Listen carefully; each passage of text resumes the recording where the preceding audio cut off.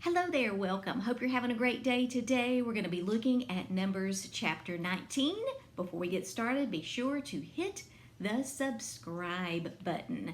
So today we are talking about some additional purification ceremonies. We talked a lot about those in the book of Leviticus, and today some are mentioned in regards to purification and the tabernacle tent.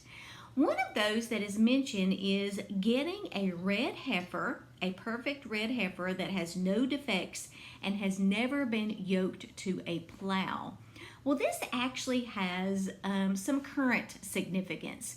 So in 2022, there were some red heifers that were flown from a farm in Texas to Israel.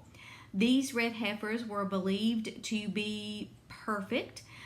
They, because of COVID, had never been tagged. You know how most livestock will have a tag in its ear. They had never been tagged, so they didn't have that imperfection. There were no hairs that were not the color red anywhere to be found on these heifers. They were perfect. Well, the reason they were flown to Israel is because when the new temple is built, before sacrifices can be made there, and everything is pure and clean, a red heifer must be sacrificed. Well, nothing had happened with these red heifers since 2022, but about a month ago, they claim that they had a sacrifice. This was like a practice for the official sacrifice that will come up later. And I heard yesterday that they're predicting that may happen on August 12th.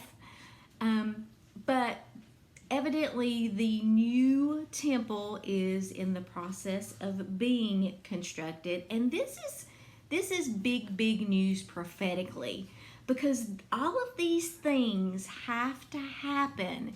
If you follow prophecy in the book of Revelation, all of these things have to happen before whoever the Antichrist is can go and actually sit inside of the temple and claim that they are God.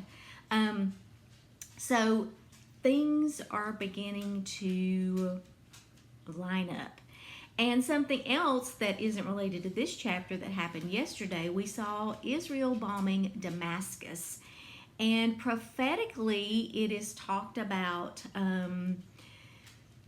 Damascus will be a heap of ruins before the end times occur. So just a lot of things happening prophetically.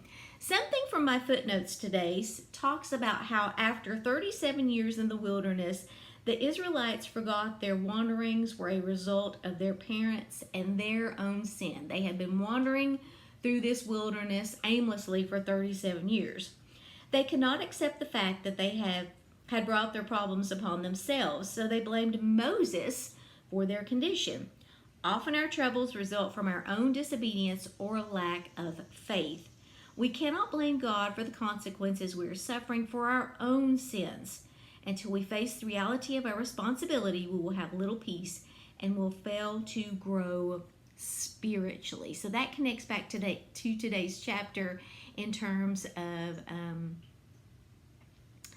accepting why we may be not where we want to be at a certain time, or things aren't happening like we would like for them to. We need to look inward and see if there's anything going on with us. So that was Numbers chapter 19. Tomorrow we will talk about Numbers chapter 20. Thank you for watching. Have a great day.